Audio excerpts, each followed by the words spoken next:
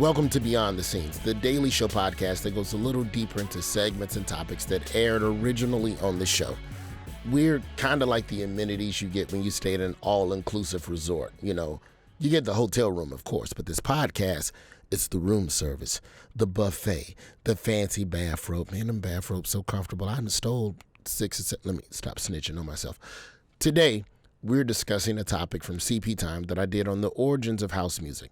The piece highlights the notable black DJs and singers that created the original sound of the genre. House music is all the rage these days, from Drake and Beyoncé, to Swedish House Mafia, to Mickey Mouse's cokehead cousin who lives in the bad part of Epcot. But would you believe that this genre has its origins in the black community? Of course you should. It's CP Time. You've never heard me say, surprise, it's Caucasians. So yes, these modern artists stand on the shoulders of house music's black and gay founders. So let's talk about some of them, like Francis Nichols, aka Frankie Knuckles. Frankie started as a DJ in New York at a time of ferocious backlash against disco music. It was so bad that in 1979, a crowd gathered at Chicago's Comiskey Park to burn the records of artists in what was known as Disco Demolition Night. Even watching the footage today, it's still a shocking sight. A full baseball stadium. Disco was dead, but people still wanted to get down in the club. And so Frankie Knuckles started experimenting with a new style of dance music at his home club in Chicago, the Warehouse. That's where house music gets its name, not as some people think, from Dr. House. Although Dr. House does love popping pills. Today I'm joined by Daily Show producer Chelsea Williamson. Chelsea, how are you doing? I'm good. How are you, Roy? I'm good. I'm making it. I promise you that this is the voice you have after listening to house music and screaming in the club till 4 o'clock in the morning, which is not what I was doing. Maybe, we'll talk about that offline. We're also joined by American DJ producer and house music great Derrick Carter and music scholar and writer Craig Seymour. Derrick, how you feeling today? We'll start with you. I'm all right. I have my voice, and we're doing okay here. Must be nice. And Craig, how you doing? I'm doing wonderful, and I definitely have been there with that voice, after that night at the club. Isn't quite what it is, and I'm delighted to be here. Yes, Lord. Whenever I get the chance to talk about house music and give it up to the people who provided the foundation for music that has been so important to my life, it's a beautiful day. My first introduction to house music was at Florida A&M University. I had a roommate from Milwaukee. We walked down to, this is how old I am, excuse the old people, Chelsea. I walked down to Eckert's Pharmacy, and at Eckert's, I bought a 2-deck cassette player, and that was going to be our music for our dorm room. And I popped in Master P Ghetto D. And then the deal was you get the radio for an hour, and then the other person gets the radio for an hour. He popped in the percolator, and I had never heard of this. He starts gyrating around the room. I think he's having a seizure. It probably took 10 minutes for me to realize, oh, wow, this is amazing. I want more. What else do you have? And this brother had a box. He had a box of nothing but house music and do or die. That was all he had. Midwest staples. Definitely. Yeah. And so, being a Southerner, this was not something that had permeated its way, at least not as a 16, 17-year-old, in 96. So, it was shocking for me to discover this new thing. And he's like, nah, this has always been the thing. So Chelsea, you do the research on these pieces. Let's start there. House music has always been associated with white people, but can you give us the basic overview of the black roots of the genre? Yeah, so I feel like you can't really get into house without first acknowledging that it came from disco. It was very influenced by disco. And July 1979, basically, in Chicago, this Chicago radio DJ named Steve Dahl held a disco demolition night. It was in the baseball stadium. There's supposed to be a game that night, and he blew up a bunch of disco records because he was like, I hate this genre. They had moved his radio beat from rock to disco. It started a riot. the game never happened that evening, to say the least. And there began this backlash against disco. I will also say that there was part of that did feel very anti-Black and homophobic, because a lot of these disco artists were Black and, many were gay or in the closet or just were like involved in that scene. Like I just think of Sylvester and others like him. After that, you kind of had this backlash of people not really wanting to listen to disco. But at the same time, these DJs were like, well, people want to dance, but they don't want to listen to disco. So we've got to figure out something new. And that's where you have somebody like Frankie Knuckles, who kind of came up in New York DJing and actually kind of started out in the Harlem drag ball scene. Met his friend Larry Levon. They started out together working at Continental Baths, DJing off and on. And Frankie eventually moved to Chicago, where he started DJing at this club called The Warehouse, which is where House actually gets his name. While there, he kind of pioneered this, version of disco that was like more of a 4/4 beat, and just like put different basses and drums under it. And he created helped to pioneer a whole new genre that eventually became house. It wasn't only him. Also, like I said, Larry Levon was in New York and he DJ'd at this very famous club called Paradise Garage, which I don't think you can forget in the overall history because it was like a legendary club. He was also pioneering his own thing. Then you had all the people after them, such as the people that we mentioned in the CP time, like Ron Hardy. You had Jesse Saunders, who had the first #1 record in 1984 called On and helped also make it global. You had a variety of people that also made this happen, but it was all, the early 80s. And I do think it's very important to also acknowledge that, especially the origins of it were very much Black and very gay. And you can't divorce those two things from it. So then, Derrick, first to the Black part of that snubbing. Now, we'll get to the gay part in a second. But what's up? To the Black part of that. Now, you've been 10 toes down in this genre since 7, 8 years old, messing up your mama's needles on her 45s and scratching up everything in the house, as we do as children when we learn our craft. When you started, first walk me through your introduction into the house music scene. And as you matriculated in it, did it feel like you were being snubbed? Like, as a consumer, I understand that we sometimes have a different perspective from the artist. So as a creator of this genre, as one of the pioneers of this genre, did you see this? Did it feel like you all were not getting the credit? Give me the origin and then talk about it once you were inside the tornado of it all. Well, I remember the first time I ever heard the term house music. A friend of mine had come over and just was talking about house music. I'm like, what the hell is house music? I mean, I was probably 12, 13 at the time. We sat on the front porch at my parents' house, and we'd all been DJs. That's the thing. Like, I DJ'd for the first time at 9. We all had little crews. And the amazing thing is that in Chicago... What were your rates? What were your rates at 9 years old? What was you going for a show? What kind of book you for, man? Give me a plate. Where I grew up is just outside of the city in a place called Broadview, Maywood, Illinois. There were probably, easily like 10, 15 other like kid DJs in my neighborhood. Like, we battle each other in the garage and just like make music and have fun and do that sort of thing. And one of my friends who was in this kind of, our association, just is like, start talking about house music. I'm like, I don't understand what you're saying. Then he explained it to me, and I was like, oh, you're just talking about music. Like, why are you calling it house music? Like, what is this? But the thing about it here locally was that they played, they had mixes on the radio. So we had like Disco DAI back in the Steve Dahl days. And then it went on to WBMX and WGCI, and then on through like B96 and all that stuff. But basically, we had on Friday nights from, I guess, like 9 till 4 a.m., basically the time that the club would be open.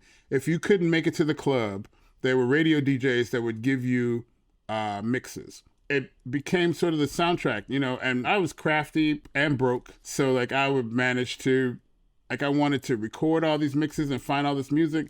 So I figured out a way to hook up my parents' VCR to the radio, and instead of a tape deck, so I could get 6 hours on the tape, so I could tape the whole mix show from start to end, and just like have it on a VCR tape. The thing was, there was a lot of record stores like all over the place. There was one locally, Reamer's Records, that sold a lot of stuff. There was one, we had Rose Records in the city and a bunch of other things. I worked at a place called Imports Etc., which is the store that gave house music its actual name. Like it came from the club The Warehouse, but Paul Weisselberg, who was the owner, had set up a little bin of music that Frankie played. Because that's kind of the thing at the time. It's like DJ picks or like music that you could hear in these various places. And this is also, I'm talking like that would have been like 1984 maybe, 1983, somewhere in there. But I started working there at 87. I mean, I was 18. I was a fresh 18. And we just used to run around and like, man, it was the heyday. It was like, there was a party in every little neighborhood every weekend for, like years. There'd be a dance-off battle and like a DJ battle or like a dancer battle or biggest booty battle. Those have never gone away. The spirit of house music, do you feel like it was properly honored by white people to have been this thing that originated within the Black and gay communities? At that time, yes. There were club issues and things like that with segregation. Chicago is notoriously terrible about that sort of stuff, and at that time particularly. But there were a lot of parties and a lot of events, and like they would be, all kinds of people. I mean, yeah, most of the DJs, or a lot of the DJs, and the places where it found its start were primarily Black and brown queer spaces, helmed by Black and brown queer people. But they weren't exclusionary. They weren't in any way running the same kind of game that the actual club owners in the city were running, where you had to have 4 pieces of ID to get in. And who the hell has 4 pieces of ID in 1984? There weren't even 4 pieces of ID to be had. You write your name on a piece of paper, if that counts, that's one. Bring in your electric bill. But at these events, there would be white people. There'd be like, white passing Latinos and white passing Black folks. There would be all kinds of people and just having a good time. And so I feel like house kind of fostered and nurtured this kind of community, and for lack of a better term, that anybody could come, and like there's the famous song, you may be Black, you may be white, you may be Jew or Gentile, it don't make a difference. Working at the record store, I saw it all the time. People coming in, like Black people, brown people, white people, gay people, straight people, people just catching up to it, more so because it was on the radio at the time. So it became something commercial that could be, I guess, exploited, something you could sell commercial times to make a little money off of it. But I think that in the blackness of it, it was Black. It was real Black. You would get like just steppers coming in and full green outfits, and brothers from the deep South Side who just didn't leave the South Side to go to do anything but go get records, for the party.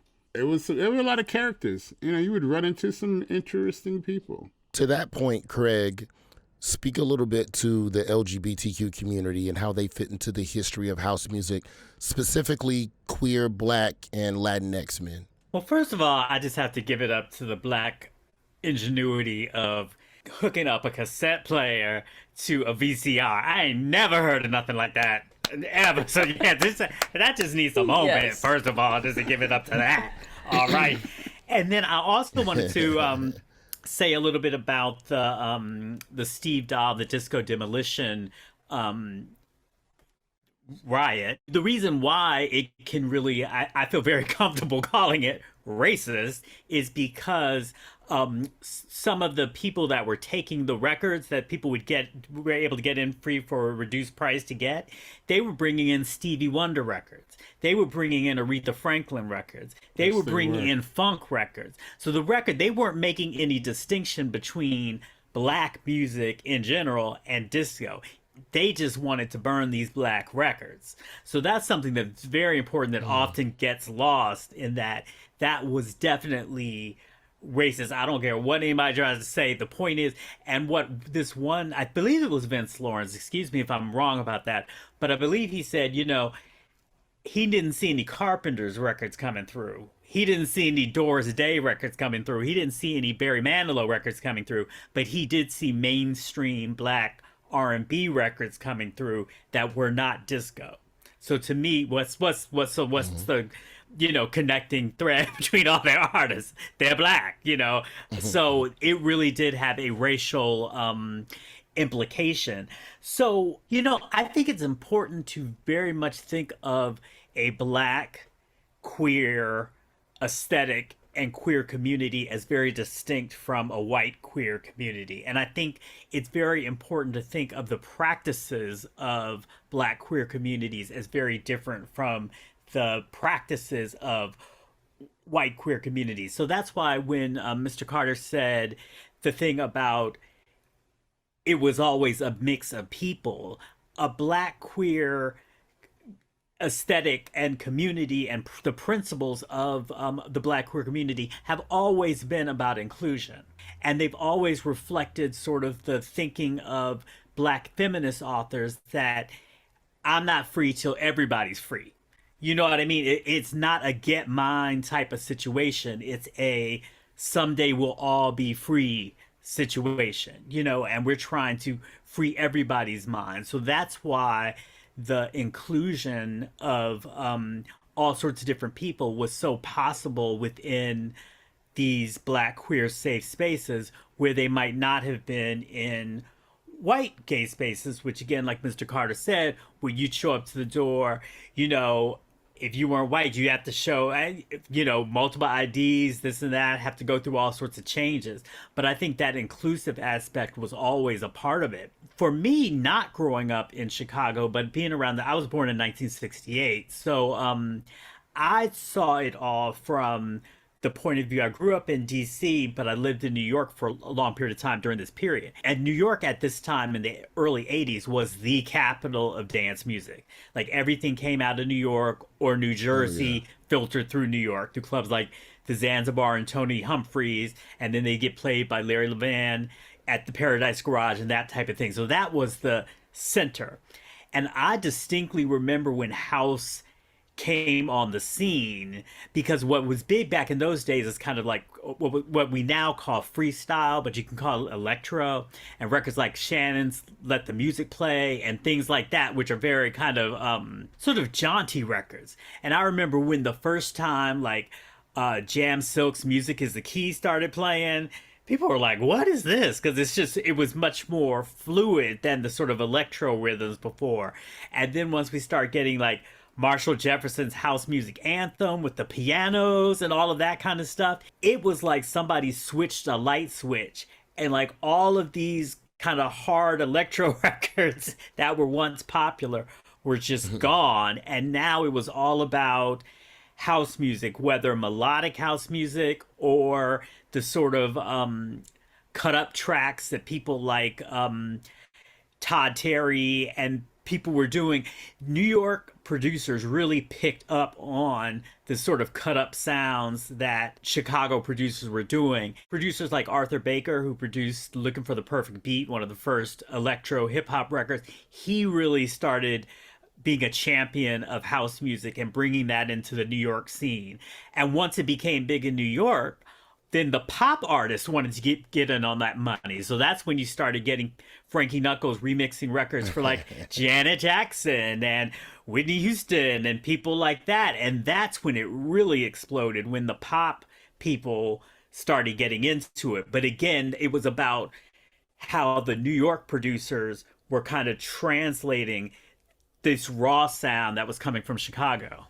So then would you all say that these house music venues became a bit of a cultural and behavioral safe haven for the gay community, and I would guess to some degree the black community as well, where you could come and just be yourself in this one bubble away from all of the other bullshit that's going on outside in the city? That was literally it for so many people, including myself, that I knew, particularly because clubs were always in many ways meant to be an escape from the sort of just things that you do every day. My job is terrible, but the weekend, my girlfriend, my boyfriend's mad at me, but the weekend, all the things that you go through during the make your money part of the week are absolved, and you are just the weekend. So having those places where you just could be free, well, you wanted to be free and then were able to be free. That is a great recipe for a good time.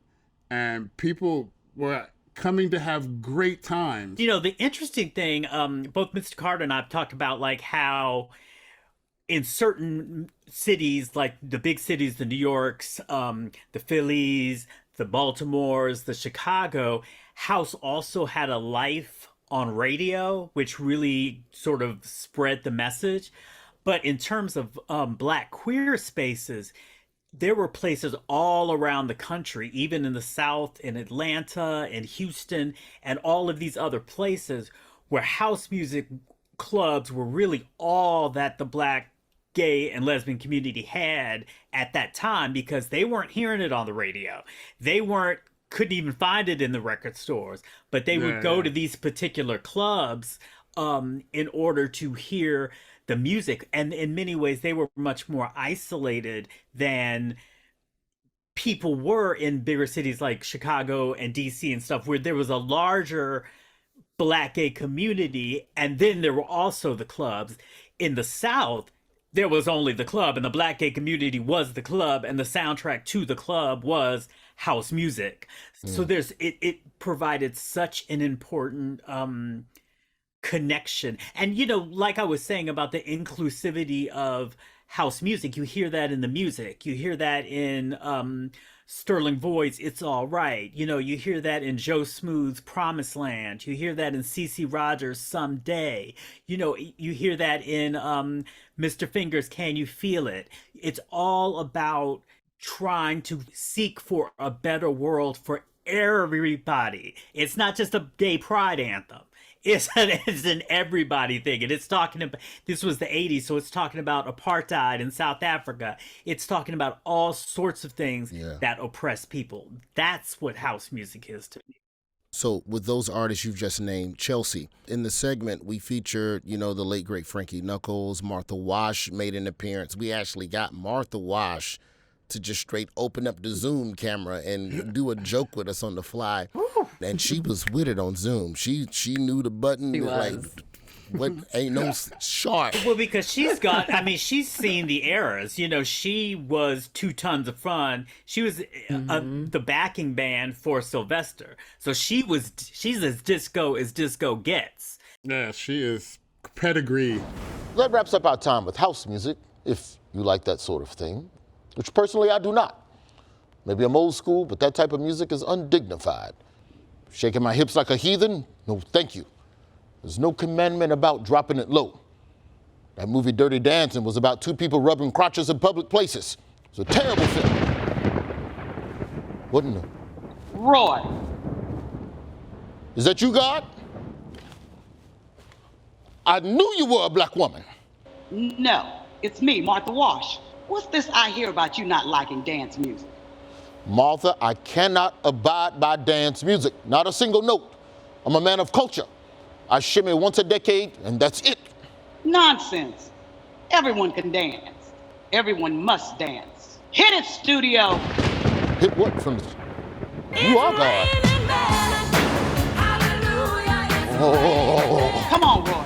Chelsea, who were some of the other DJs or singers in the house genre that came up in the research that we just ran out of time on? I mean, there's a lot. Like, that's the thing with house is like there's so many DJs and so many people that were integral.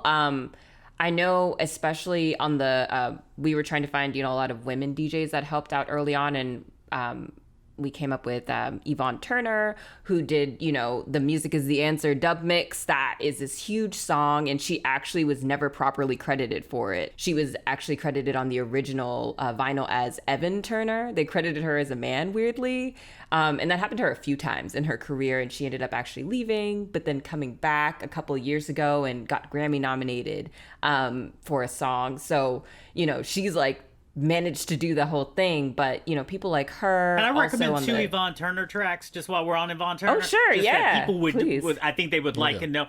Google Whitney Houston, I'm Your Baby Tonight, the Yvonne Turner mix. Do yourself a favor. And also Lisa Stansfield, You Can't Deny It, the Yvonne Turner mix. And Layla Hathaway, Heaven Knows, the Yvonne Turner mix. I just want to throw that out there because that's Yvonne Turner's. Oh, sorry about that. Okay, just had to do it. All good, all good. And then on the singer side, I think one of the things that's very cool and interesting about house music, it really allows for a lot of women to sing at full voice. Whereas, like, especially now, I feel like in a lot of pop music, it's not very normal. So especially, the 80s and 90s, we talked about Martha Wash, but, there was also Crystal Waters, who had Gypsy Woman, She's Homeless, which was this huge smash hit.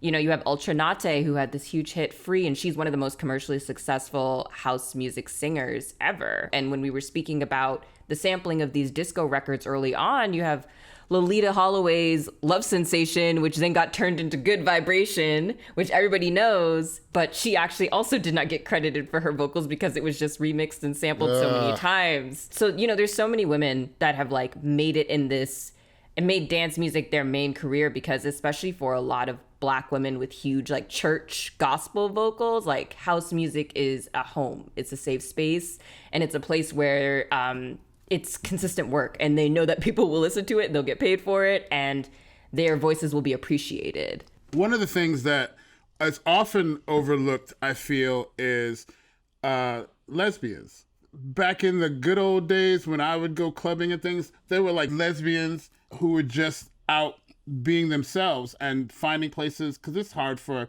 especially, Black and brown women to be queer in public, and I feel like they are often relegated to at the bottom, when in reality at that time particularly there were a lot of female DJs running, like, coming to the store and buy things for the Paris Club and all these other places that were going on at the time that just catered more specifically toward women.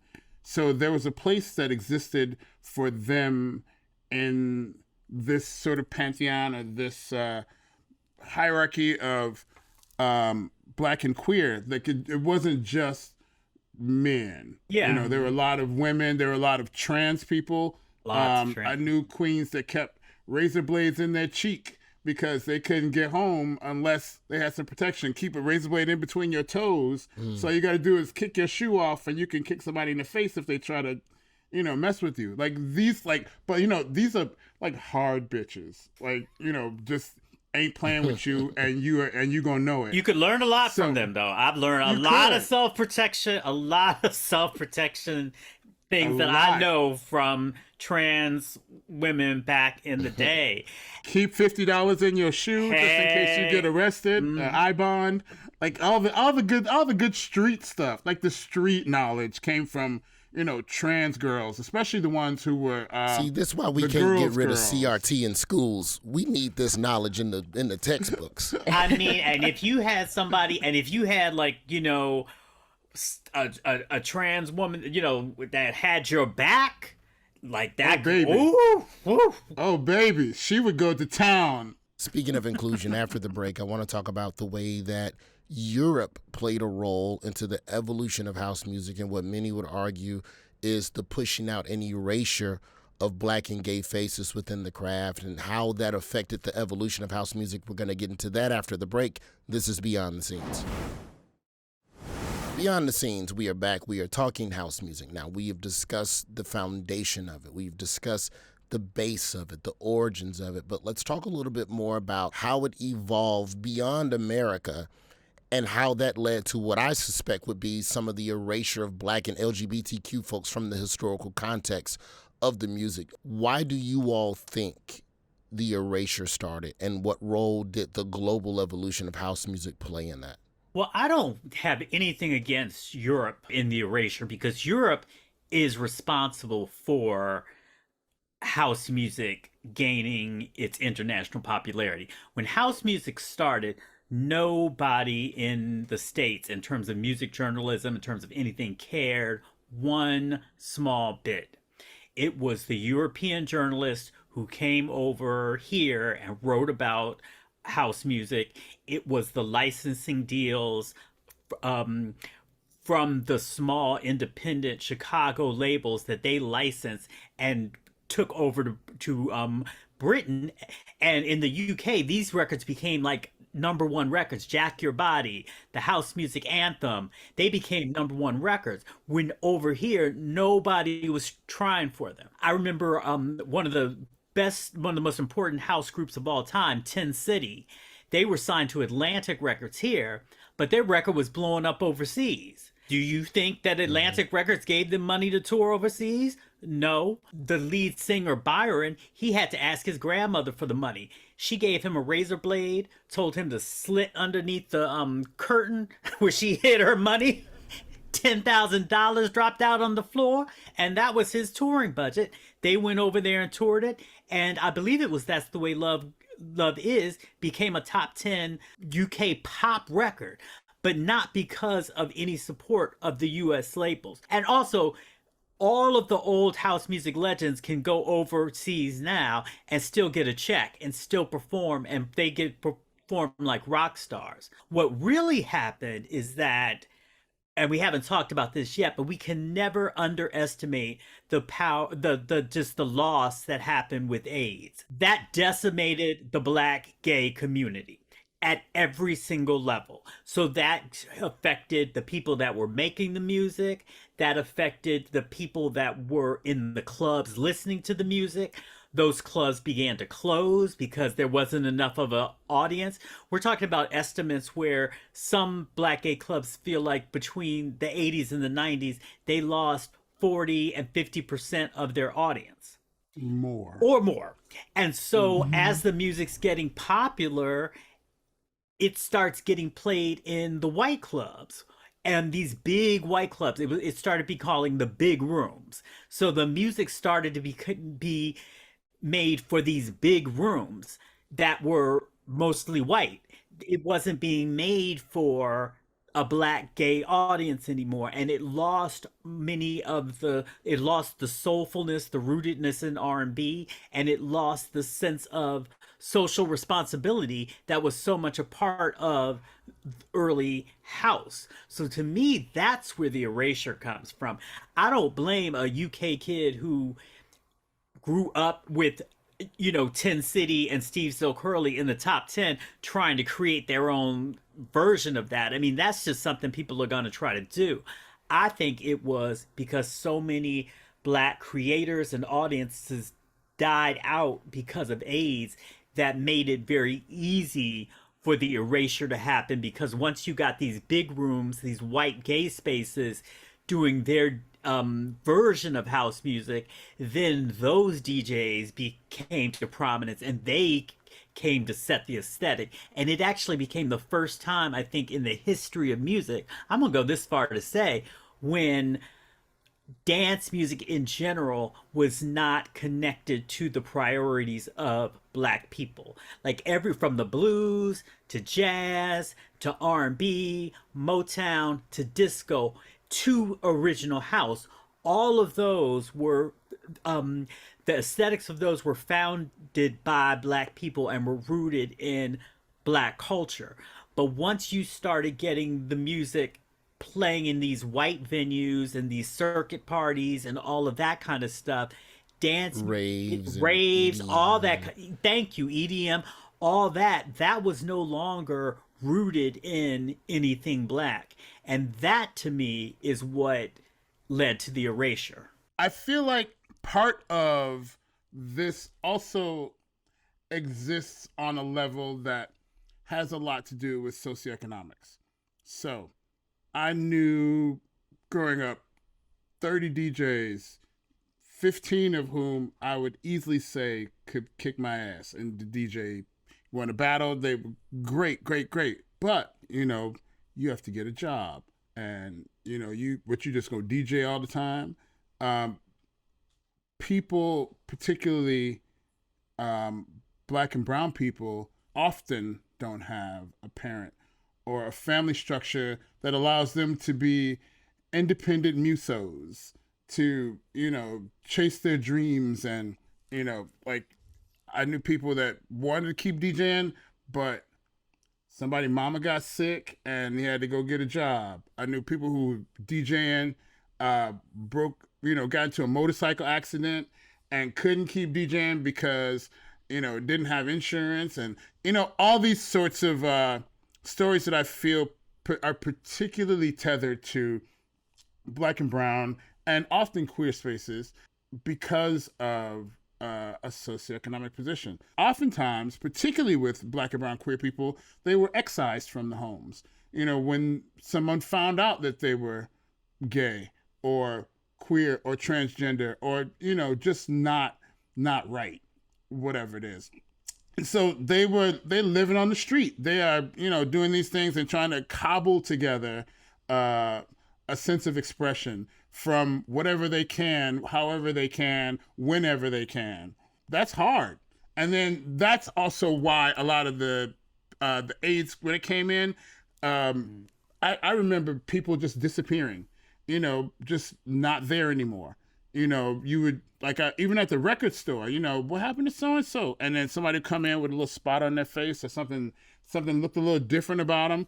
And then the next thing you hear is that they're in the hospital, but, it was still a shame attached to it, so no one really would say the real cause. It'd be, we called it the package back then. Oh, she's got the package. And people would make, ooh, working me to my last T-cell, honey. You try to find the humor even in tragedy. But I can, when Craig was talking about it, I felt like, man, I remember just so many people who that just disappeared, that I no longer see, that aren't around. And it kind of made me, in a better world where people had been able to be recognized and be seen and not treated as outcasts and not sort of stuck on the side on these margins, there could have been more. But I also feel like if that was the case, then these marginalized people wouldn't have been so eager to live for today and live for now and have this enthusiasm, have this strive and drive to create and do these things because tomorrow's not promised.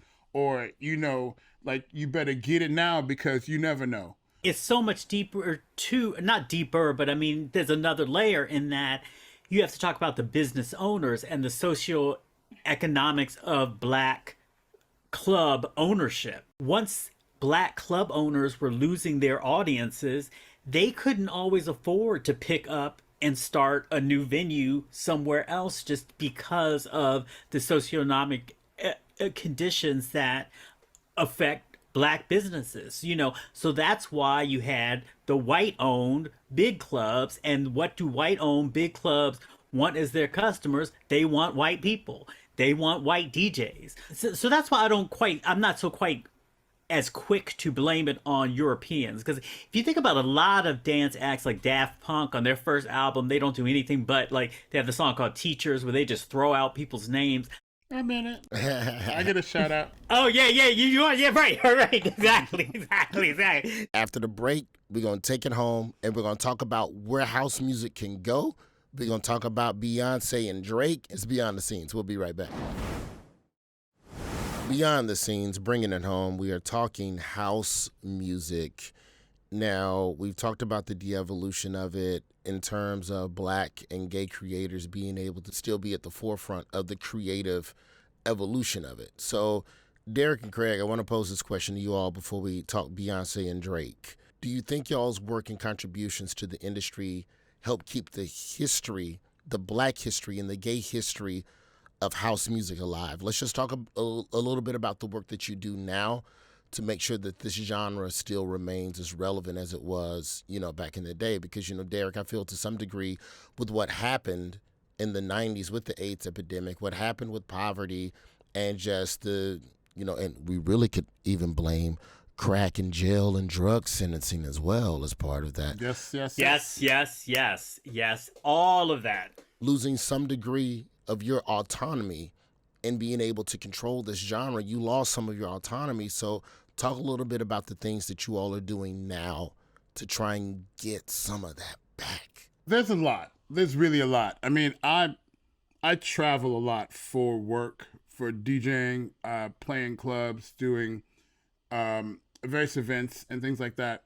And I always try to make sure that there is a heavy dose of Blackness and something that represents me and my upbringing and my people and my feelings in what I do. I don't play hits. I don't play the latest, whoever the new girl is song. I mean, NL, Chopper, ASAP, YBG Gang, Little Bird Dog, Goot Poop Man. Billy somebody's, anybody. I don't, because that doesn't represent me or speak to me. So I play records with jazz, I play records with funk, I play records with blues keys, I play records with women who are selling you their story. Like, you gonna hear this right quick. I feel that one of the best parts about being able to still be here and still have a platform is that you should use it. You should take that platform and make it so that it has some sort of relevance to what it is you're trying to say. Like, I have people that, DJ friends who, I don't want to say sell out, but, it's about the music. It's about it's about the music, but it's about the voice. I always say the voice was the first instrument. And people who don't understand that can't quite relate to a lot of things I do. You play a lot of vocals, you do this, you do that. I'm like, the voice is the first instrument. People, I didn't see any, dinosaurs didn't hit on rocks or, have rhythm, but they did holler. All animals, even going back, that's how you got a mate. You sing your little song in the tree or whatever, or you make your call in the forest, and that's how you got some. So that's real spit. And that's what we do with music and with instruments. We do these things because there's also a level of, I have something to say, or I'm trying to get some, or there's a story I want to tell, communication, all these sorts of things. And so I still feature heavily Black and brown people singing and playing and music that suits and sits within that wheelhouse. I mean, my parents are from Mississippi. Like, Mississippi. Like, I called my dad yesterday to make sure they had water, because Jackson, Mississippi ain't got no water. Yeah. So I was like, y'all got water down there? And he's like, yeah, but And I was like, well, I mean, my parents not step and fetch it. I don't want to sound like that. Like, my parents are just in a tin roof shack. Oh no, my mama's side is from Clarksdale, so I'm not offended in the least. I know exactly the mosquito truck coming down the street. At the end of the road, where the road stopped, that was where my grandmother's house was. So I am of this kind of, like, people who really, really, really had it.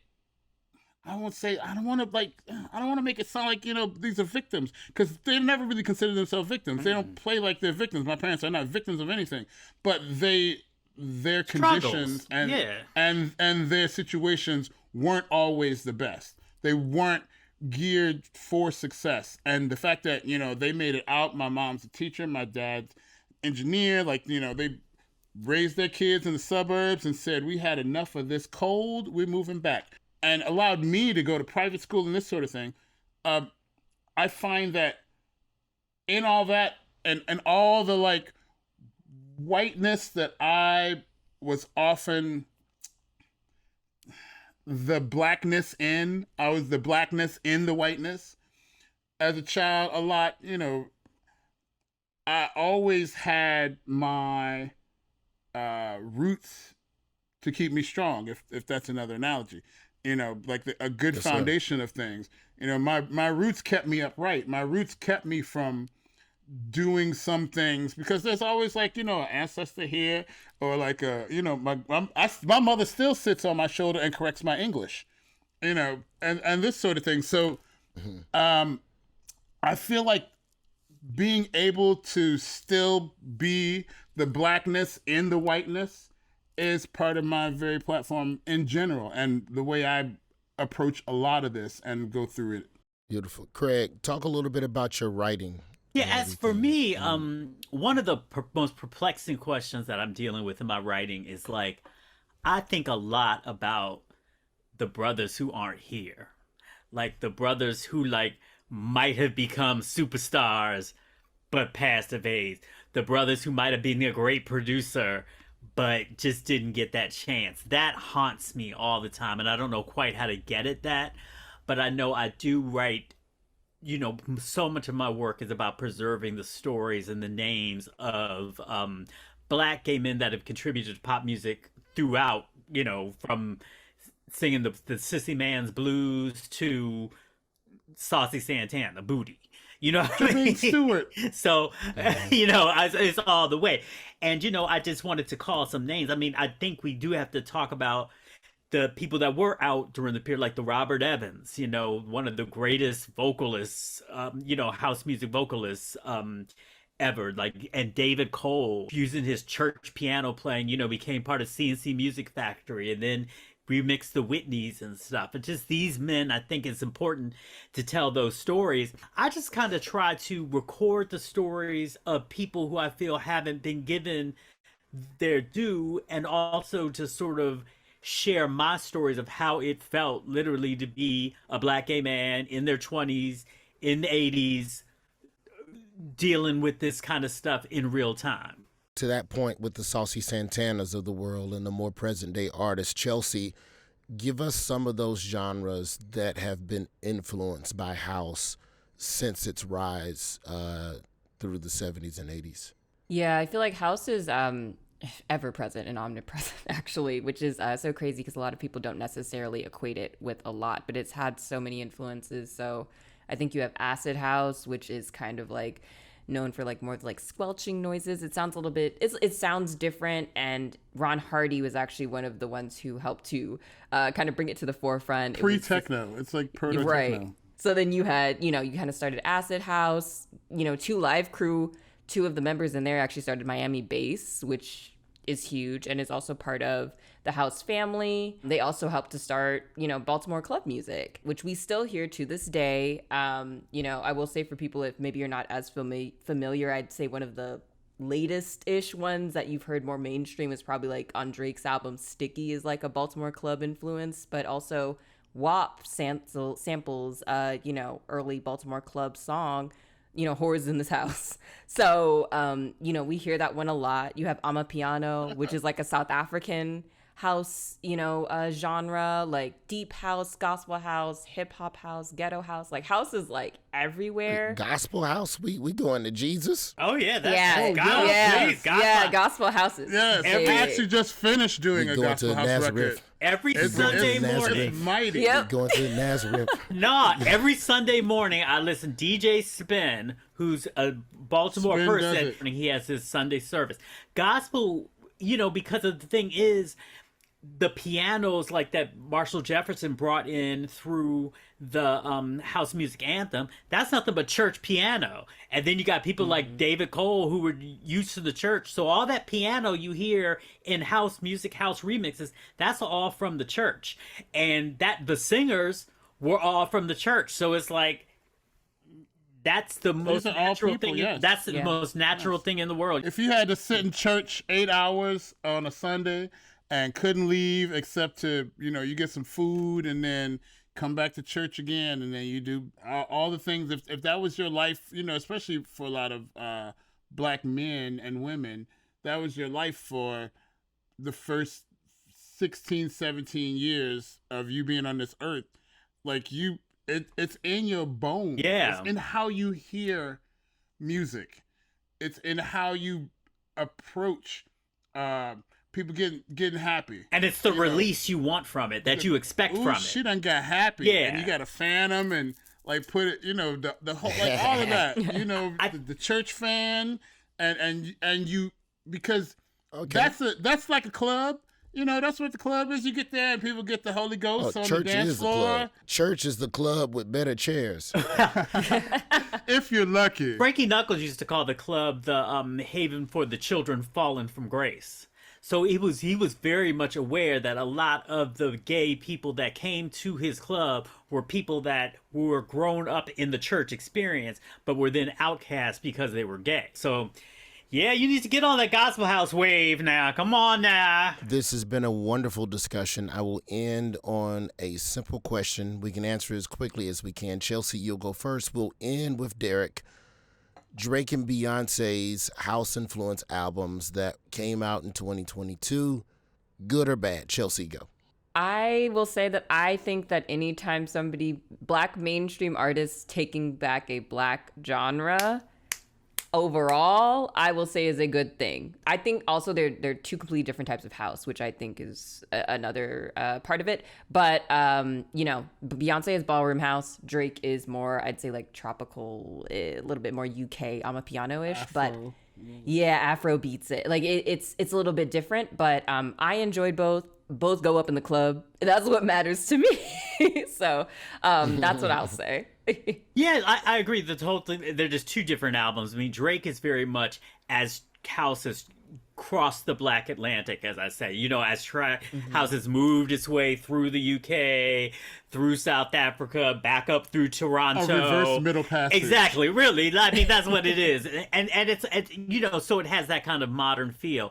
Where Beyonce, I think, even when she's not making house tracks on the record, she incorporates a lot of the sort of bravado and self-love and perseverance, those themes that are so particular to house music. She really embodies those in the album, even though you could say like Break My Soul and the last song that samples Kevin Avia and Simone Renee, like those are the most housey songs. I feel even on tracks like Heated and stuff like that, you get the feeling of house. And so yeah, I love that. I think it's fantastic. All right, Derrick, what say you? Final word. Well, I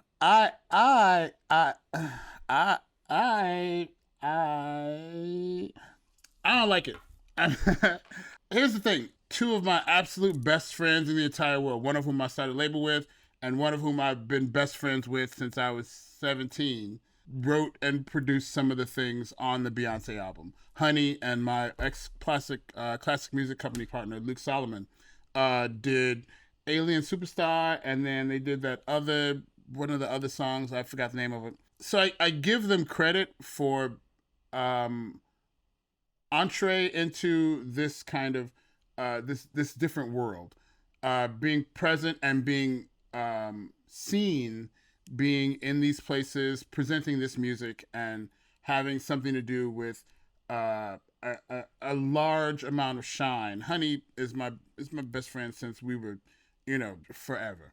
It's great for them, I think, and it's good for a community to see Black people be Black people unabashedly and deal with Black producers and have a sense of this pipeline of this music. It's started here and it's come through. I think there's a place for it. I find that often it's not to my taste because it's created and made for someone who isn't me, apparently. It's made for someone who listens to the radio or has a much their incursion into music is a lighter, and often it doesn't come fraught with the kinds of issues and problems that I have had to go through and currently deal with regarding music. My music experience it's heavy a lot. I understand that. Would you say it's essentially like taking, if we're going to go back to food again as an analogy, if you cook this the home way and you've used everything in your kitchen and it's a home cooked meal and you see a more mass produced version of it, that is still flavorful and decent and does the job. I mean, yeah, it is. But if you grew the vegetables but that's not and raised the animals, and then, all these sorts of things, like I grew the vegetables. I helped to raise these animals. I feel like I have, maybe I'm a bit precious about it, but I can be a bit precious about it if I want to, and that's my place in that. And I respect them, and I am happy that, they're putting a little shine on things and that they're able to cast some of this music in a different light, particularly as, retro and, Beyonce's bringing back house music and Drake's bringing back house music. I mean, the Drake album had a large part of the production done by Black Coffee, who, I worked with, DJ'd with. We did a party here at Chicago a couple months ago. These are people who are in the community. So I like that they are also getting shine. It gives you if you could see it, you can be it kind of thing that posits these people in a place that offers, this is something available to you too. Honey, being trans, is, one of the absolute first trans people to ever be on like the Billboard top 10 as like, a producer or something, like these sorts of things. So there's a place for it. My appreciation for it is not in a critical place. No, it's more I understand. I feel like the corona of it is amazing. Yeah, it's net positive for the genre. It's net positive for the people who have been 10 toes down in that culture, even if it's not something that you would run with. This is a terrible analogy, but it's the way a lot of stand-up comedians feel about TikTokers and internet comedians, and they go, well, that ain't comedy. Hey, if it's bringing asses to the seats and these people are going to comedy clubs and helping keep comedy clubs open, I see them as net positive for the genre. We could talk for years about this, but I thank you all for giving me almost an hour on this topic. Thank you all so much for going beyond the scenes with us today about house music. Thank you. Thank you for having us. Thanks, that was really nice.